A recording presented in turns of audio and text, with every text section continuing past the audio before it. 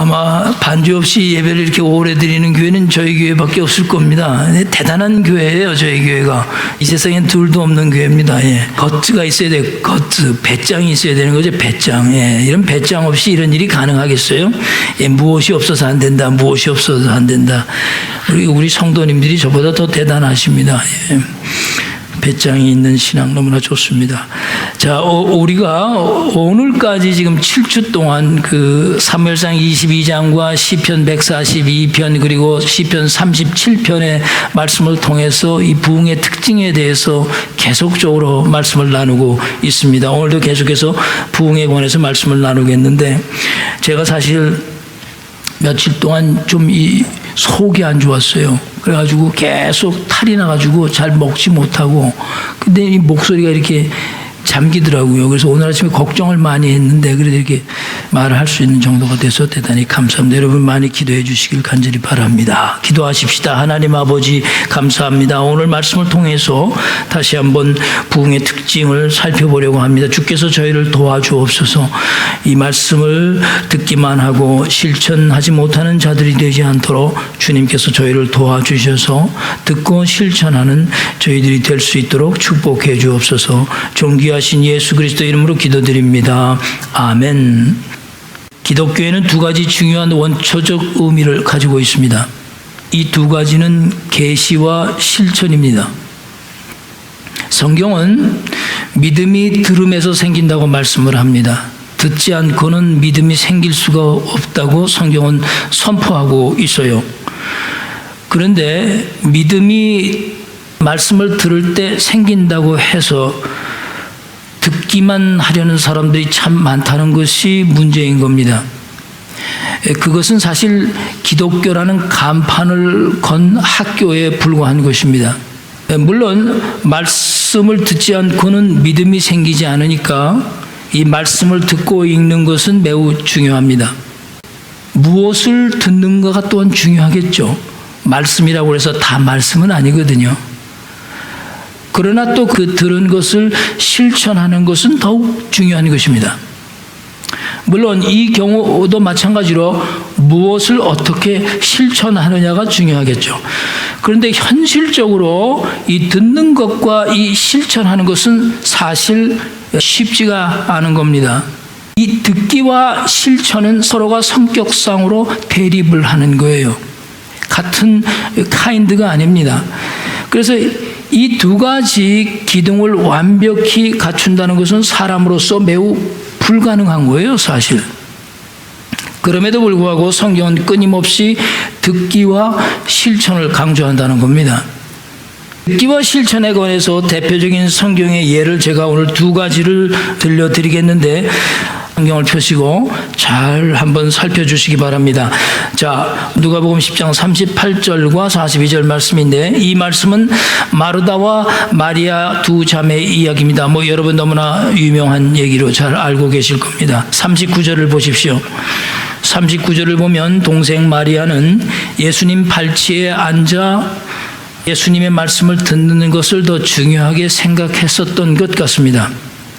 반면에 언니 마르다는 그 말씀에 보니까 준비하는 것이 많아 분주했다라고 밝혔습니다.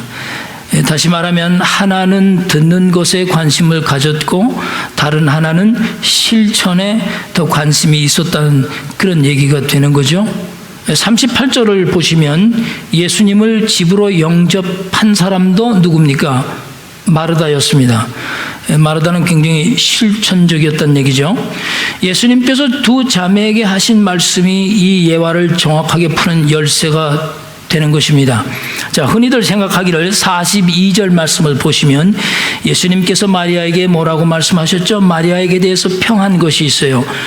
좋은 편을 택하였으니 빼앗기지 아니하리라 하신 말씀에 근거해서 예수님 발치 아래서 듣는 것이 마르다처럼 준비하는 일이 많아 마음이 분주했던 마르다보다 더 좋은 것이다라고 판단될 수가 있는 겁니다. 그렇다고 중요한 것은 예수님께서 실천에 대해 부정적인 말씀을 하신 것이 절대 아니라는 점을 여러분이 깨우쳐야 한다는 얘기죠. 예수님은 이 말씀에서 듣기와 실천 두 가지 모두를 다 강조하시는 겁니다. 예수님께서 실제로 말씀하려는 것은 어느 것이 어느 것보다 더 낫다라고 말씀하려는 것이 아니라 들을 때와 실천할 때가 있다는 것을 분별할 줄 알라는 그런 뜻입니다. 여기서 중요한 것은 예수님께서 마르다의 그 마음의 상태에 대해서 언급하신 말씀이 매우 중요합니다. 자, 40절 말씀을 유심히 살펴보시기 바랍니다. 마르다의 상태가 어떤 상태였습니까? 준비하는 일이 많아 무엇이 분주했다고 했나요? 마음이 분주했다, 그렇게 말씀을 하고 있어요. 마르다는 지금 마음이 안정적이지 못하고 굉장히 분주해 있다는 겁니다. 예수님께서 그 마음의 상태를 41절과 42절에 날카롭게 지적을 하셨습니다. 자, 우리 41절, 42절 같이 한번 읽겠습니다. 시작. 주께서 대답하여 이르시되 마르다야 마르다야 내가 많은 일로 염려하고 근심하나 몇 가지만 하든지 혹은 한 가지만이라도 족하니라. 할렐루야. 예수님은 마르다의 실천이 문제가 있다고 지적하신 것이 아니라 마르다의 마음의 상태에 문제가 있는 것을 지적하신 것입니다. 이 말씀에서 예수님께서 마르다가 관심을 가졌던 실천의 문제에 대해서 세 가지를 구체적으로 지적을 하셨는데, 첫째는 많은 일이라고 했고요, 두 번째는 몇 가지만이라고 했고, 마지막엔 한 가지라고 말씀을 하셨습니다. 이것이 중요한 것입니다. 우리는 항상 성경이 말씀하려는 이 본문의 의미를 바르게 찾아내야 할 의무를 가지고 있습니다. 예수님께서 말씀하시는 의미는 이런 겁니다. 실천에 있어서 많은 것을 하려고 하다가는 오히려 내 마음속이 어떻게 될 것이라는 거예요? 분주해지고 그 다음에 염려와 근심만 생길 것이다, 그렇게 말씀하는 겁니다. 그러니까 실천을 하려면 몇 가지 혹은 한 가지에 집중해서 하라, 이렇게 말씀을 하시는 겁니다. 실천 자체가 문제가 아니고 너무 많은 것을 하려고 하는 것이 문제다, 그렇게 말씀하시는 거예요. 그러나 마리아는 이런 상황에서 실천을 택한 것이 아니라 무엇을 택한 겁니까? 듣기를 택했다는 거예요. 듣기를.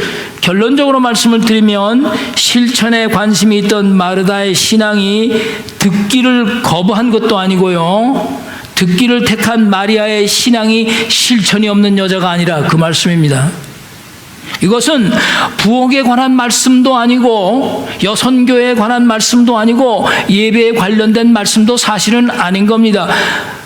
해석하는 사람들이 무언가를 목적을 이끌어내기 위해서 그런 의미로 해석을 해온 것뿐이지, 이 말씀에서 예수님이 의도하는 바는 분명히 있는 겁니다. 마르다와 마리아의 사건은 여러분과 나의 신앙 부흥에 깊은 연관이 있는 이 듣기와 이 실천에 관한 기독교의 두 기둥에 대해서 예수님이 말씀하고 계신 것입니다. 들을 때가 있고 실천할 때가 있다, 그 얘기입니다. 듣는 것이 실천보다 더 낫다, 그래서 무조건 예배를 드려야 돼, 이런 뜻으로 예수님 말씀하신 것이 아닙니다. 듣기와 실천, 그 때를 알아야 하고 또 하더라도 한 가지에 집중해서 하라, 그렇게 말씀하신 것입니다. 또 다른 성경의 예를 하나 더 들자면, 여러분이 함께 교독하신 마태복음 7장으로 가십시다. Let's go back to Matthew chapter 7, 24 and 27. 이 반석 위에 집을 지은 사람과 모래 위에 집을 지은 사람을 비유하신 말씀입니다. 이 비유에서 예수님은 기독교가 무엇인지를 단호하게 밝히셨습니다. 24절 말씀 우리 함께 읽겠습니다. Verse 24 준비되셨죠? 시작.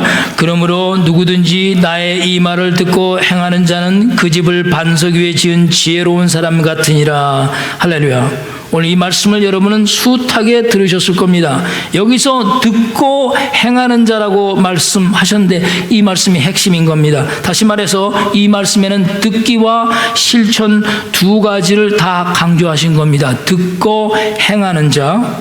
그런데 26절 말씀을 보십시오. 26절 함께 읽겠습니다. 시작. 나의 이 말을 듣고 행하지 아니하는 자는 그 집을 모래 위에 지은 어리석은 사람 같으니라. 할렐루야. 이 말씀의 경우에는 듣는 것 한 가지만 해당이 되는 겁니다. 맞죠? 예, 다른 하나, 즉 실천은 거부된 경우입니다. 이렇게 듣기에만 관심이 있는 경우가 바로 모래 위에 지은 집과 같다는 것입니다. 저 정확하게 말하면 신앙의 허세를 말씀하는 겁니다. 이런 사람의 신앙은 있는 것 같고 굉장히 보이는 것 같지만 실제로는 어떤 환난이나 역경이나 고난이 닥치면 다 없어져 버릴 것이라 그 얘기입니다. 왜냐? 듣기만 했던 사람들이기 때문입니다.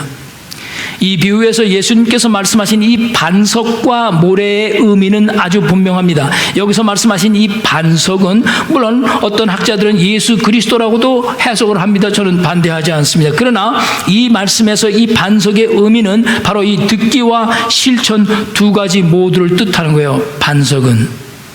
그러면 모래는 뭡니까?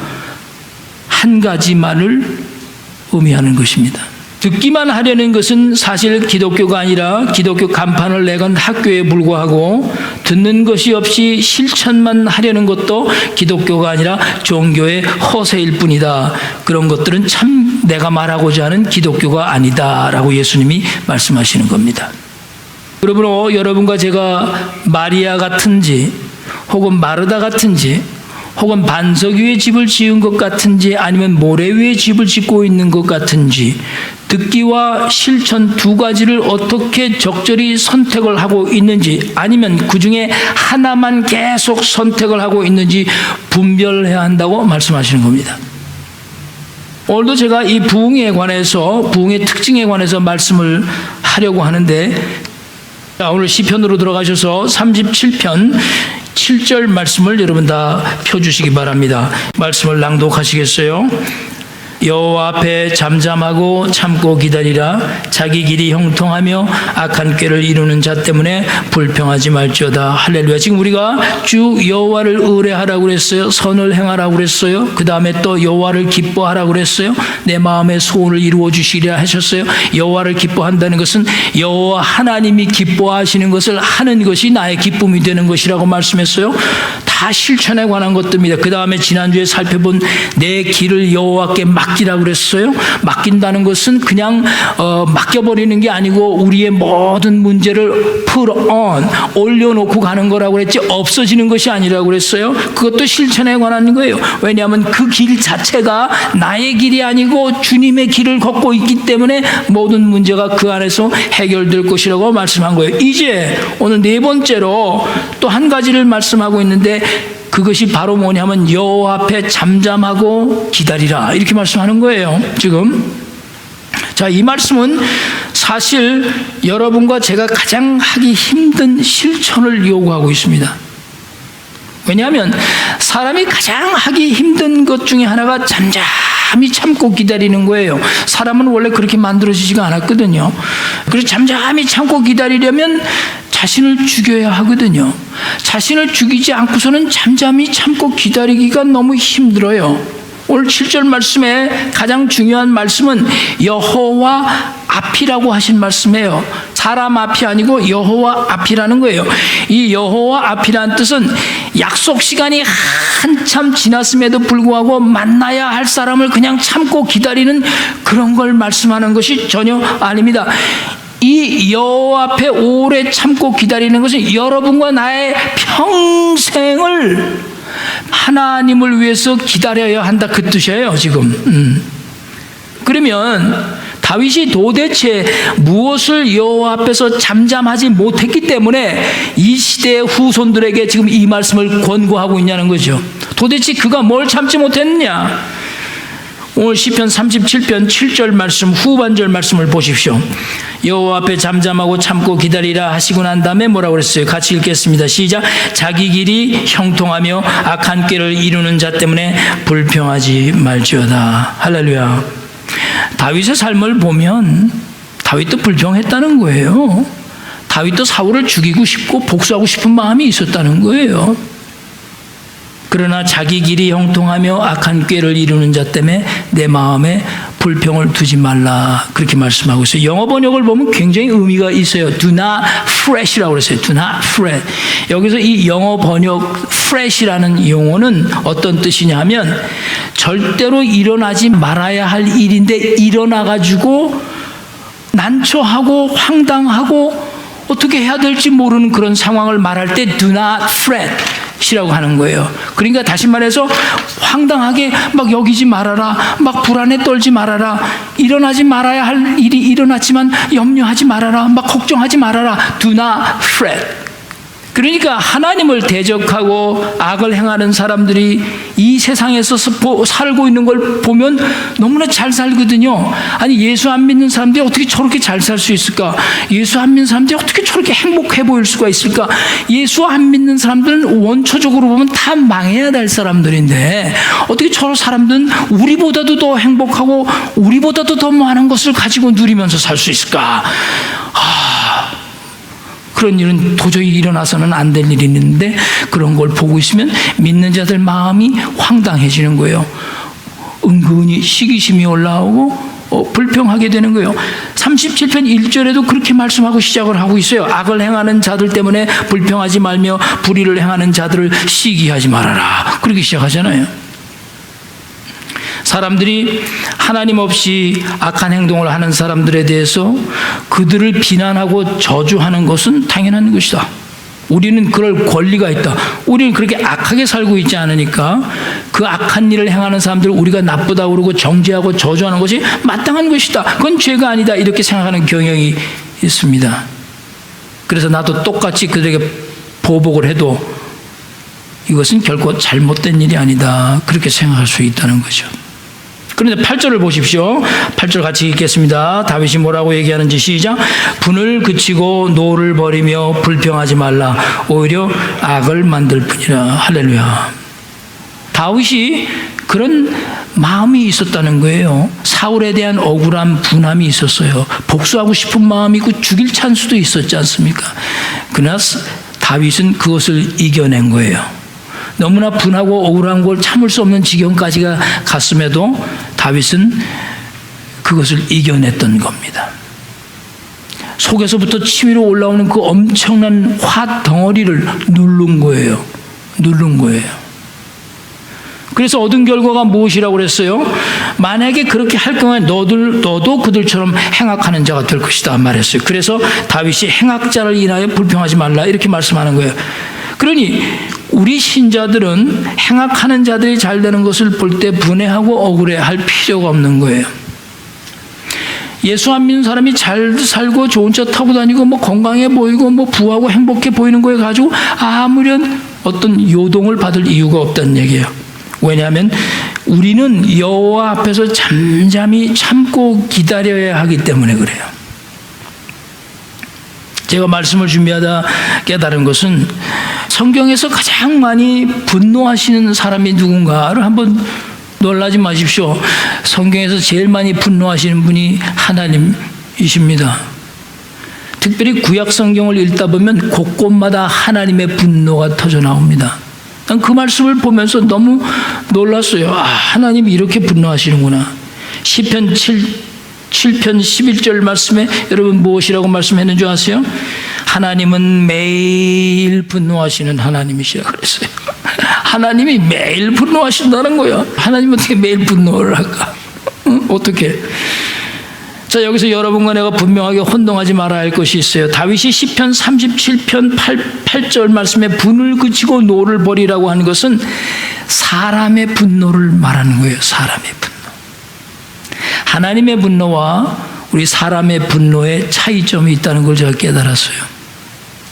사람의 분노는 거의 감정에 기반을 둔 분노일 뿐입니다.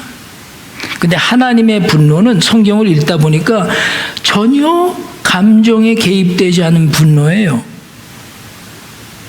사람의 분노는 자기가 원하는 것이 이루어지지 않을 때나 자기가 바라던 것이 일치하지 않을 때 그게 분노가 돼서 올라와요. 그걸 앵거라고 그러는 거예요.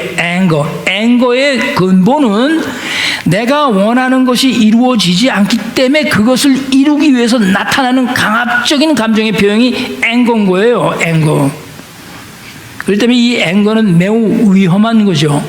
그러나 성경이 말씀하는 이 하나님의 분노는 이렇게 우리가 가지고 있는 그 무언가를 이루지 못해서 하나님이 막 분해가지고 앵거를 나타내는 그런 분노가 아니에요. 내가 이렇게 너희들이 살기를 원했는데 니들이 이렇게 안 사는구나. 그래서 하나님이 막 분노하시는 그런 분노가 아니고 하나님의 분노는 공의에 기준한 분노라는 거예요. 공의에 기준한 분노. 그러니까 하나님의 분노는 거룩한 분노요, 하나님의 분노는 성결한 분노요, 하나님의 분노는 우리 인간이 가지고 있는 이 분노와 화하고는 완전히 다른 차원이라는 거예요. 베드로 사도는 베드로후서 3장 9절 말씀에 하나님에 대해서 이렇게 기록했어요. 주의 약속은 오직 너희를 대하여 오래 참으사 아무도 멸망하지 않고 모두 다 회개하기에 이르기를 원하시느냐, 그렇게 말씀했잖아요. 하나님 앞에서 악한 꾀를 이루어가는 행악자들이 아직까지 이렇게 살아서 존재하고 있는 그 이유에 대해서 베드로가 분명히 말씀해 준 거예요. 아니 도대체 이렇게 예수 안 믿는 사람들이 버젓이 그냥 잘 살고 있고 망하지도 않고 말이죠. 도대체 그러는 이유가 뭐냐? 여기 그랬잖아요. 모두 다 회개에 이르기를 하나님이 오래 참고 기다리시기 때문에 그들이 살아있는 것뿐이란 얘기죠.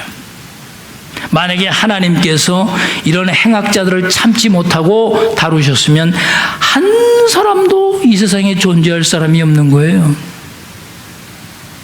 하나님께서 매일 분노하신다는 그 시편 7편 11절 말씀의 뜻은 자신의 마음에 들지 않기 때문에 우리처럼 감정적으로 매일 분노하시는 그런 분이 아닙니다. 하나님의 분노는 이 악에 가득 찬 세상을 향한 공의로운 분노예요.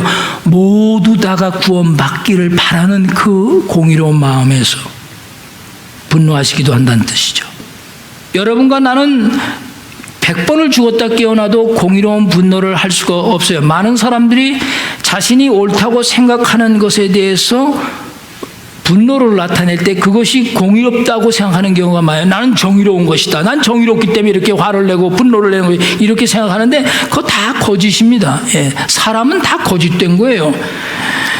공의로운 분노라는 것은 우리 사람들은 이미 썩고 부패해졌기 때문에 또 이 부패한 세상을 향해서 분노할 존재가 될 수가 없어요. 사람들은 단지 자신의 감정에 의거해서 분노할 뿐인 거예요. 그리고 행악하는 자들의 형통을 보면서 저런 사람들은 다 죽어야 돼. 저런 것들이 왜 살아있지? 저런 건 다 없어져야 될 정도밖에는 할 수 없는 거죠. 우리는 하나님처럼 공의로운 분노를 할 수 있는 존재가 못 되는 거죠. 그러므로 여러분의 분노는 그것이 아무리 옳은 분노라 할지라도 아무리 정의로운 분노라 할지라도 하나님처럼 절대로 공의로운 분노가 될 수가 없습니다. 여러분과 나의 분노가 아무리 좋게 보여도 옳아도 우리의 분노는 결국 감정에 기반한 것이 되기 때문입니다. 그래서 다윗이 오늘 이 말씀에 잠잠히 하나님 앞에서 참고 기다리라고 권면하는 겁니다. 왜 그렇습니까? 하나님께서 해결하실 수 있도록 기다리려는 거예요. 그 평생 기다려야 되는 거예요. 평생. 그 평생 기다려서 얻은 결과가 무엇입니까? 우리 9절 말씀, 시편 37편 9절 말씀 읽겠습니다. 시작. 진실로 악을 행하는 자들은 끊어질 것이나 여호와를 소망하는 자들은 땅을 차지하리로다. 할렐루야. 예, 이 말씀입니다.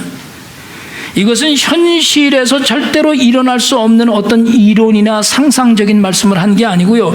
이것은 지금까지 인간의 역사에서 일어났던 사실이요 변하지 않는 진리입니다. 다윗은 행악하는 자들이 끊어질 것을 눈으로 보았습니다. 실제로 자신의 감정에 의존해서 분노했을 때는 이루어지지 않았던 그 모든 것들이 하나님 앞에서 참고 기다렸더니 그것이 다 이루어지는 걸 본 거예요. 그래서 오늘날 우리들에게 이 말씀을 권고하는 겁니다. 하나님을 의지하라. 선을 행하라. 하나님이 기뻐하시는 것을 해라. 그리고 너의 길을 예수의 길에 올려놓고 그리고 걸어가라. 그리고 오늘 이 시간에 지금 분을 내지 말고 억울하다 생각하지 말고 오래 참고 기다리라. 여호와 하나님께서 다 이루어 주실 것이다라고 말씀하고 있습니다.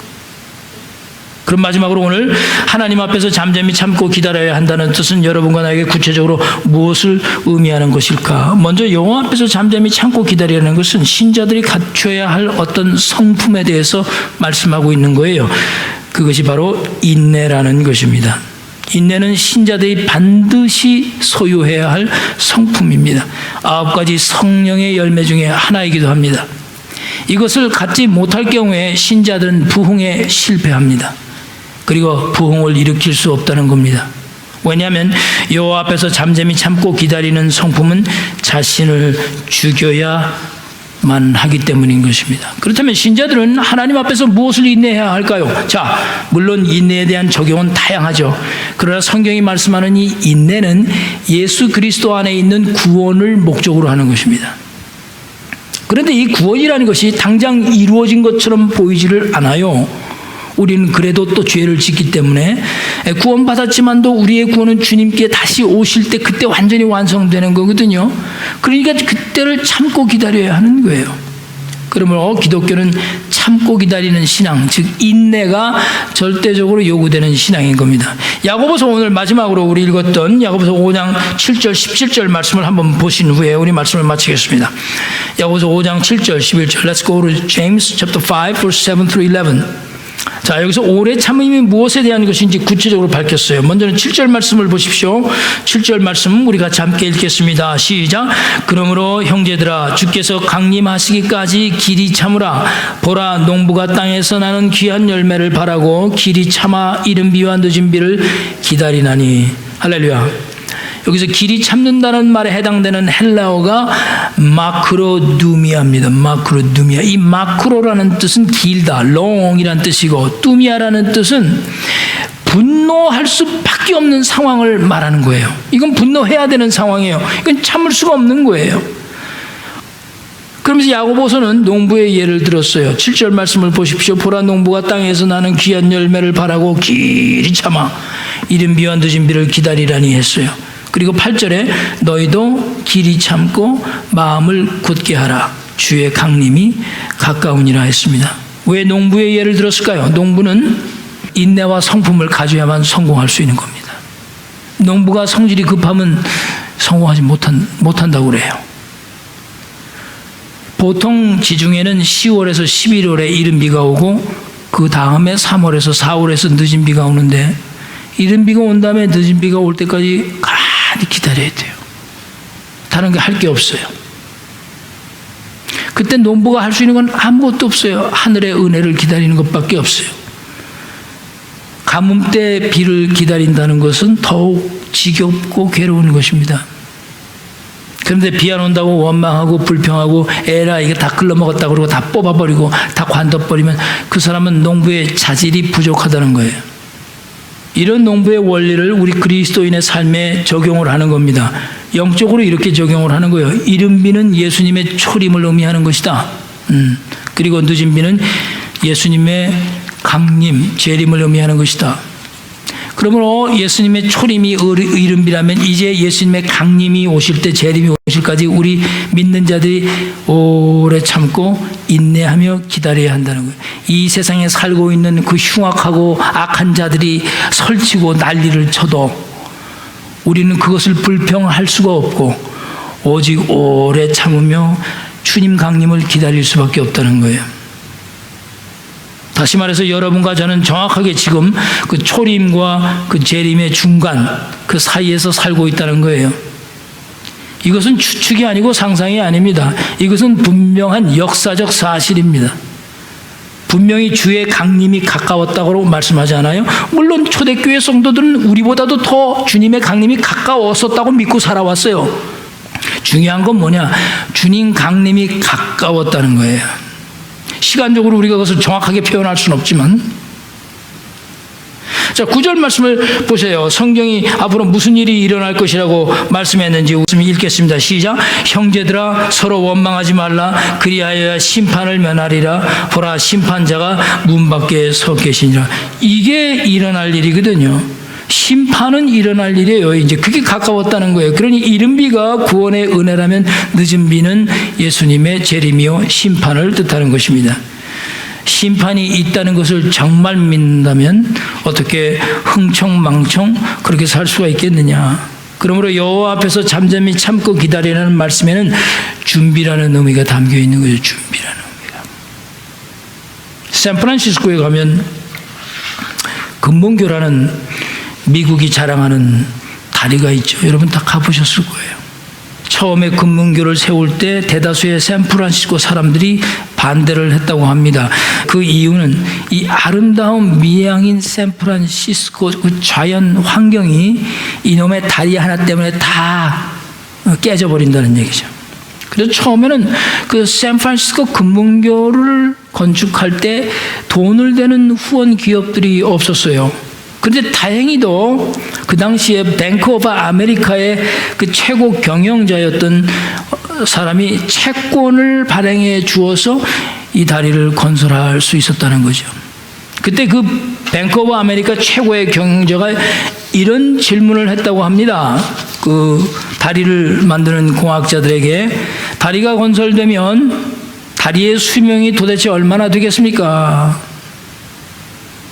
금문교를 설계한 스트라우스라는 유명한 건축가가 이렇게 대답을 했다는 역사적 기록이 있습니다. 다리의 수명은 관리만 잘 한다면 대단히 영구적입니다.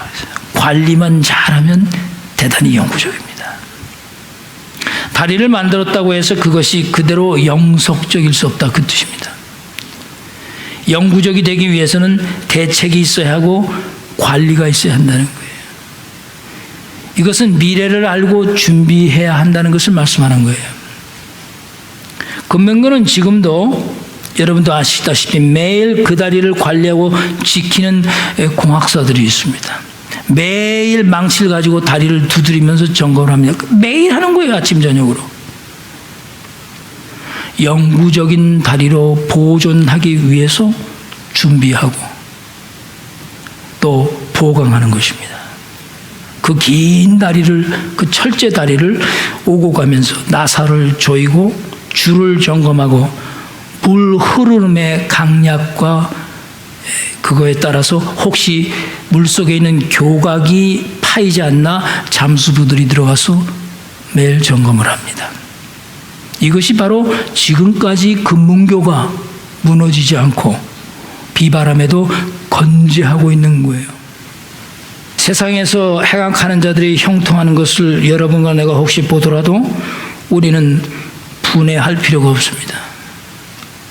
그럴수록 우리는 영적인 침체에 빠지고 결국 우리도 악한 자리에 서게 될 것입니다. 그때는 여호와 앞에서 잠잠히 참으며 늦은 비를 기다리는 인내의 사람이 되어야 합니다. 억울함도 고통도 분함도 참아내면서 하나님께서 구원을 어떻게 이루시는지는 우리는 보아야 하는 것입니다. 늦은 비가 왔을 때 해야 할 일들을 점검하고 듣기만 하고 실천하지 못했던 사람들은 10명의 처녀들 중에 5명의 처녀만 구원받은 것과 같은 경우가 되는 것입니다.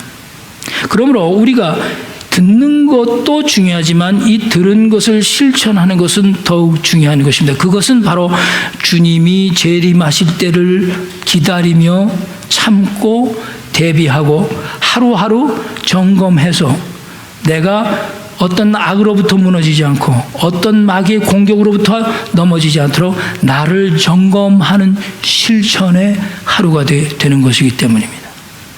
그러므로 여러분들이 물론 여러분은 그러시지 않겠지만 항상 주님의 말씀을 사모하고 그 말씀을 실천할 수 있는 그래서 날마다 준비해가는 여러분 되시기를 주의 이름으로 간절히 축복드립니다.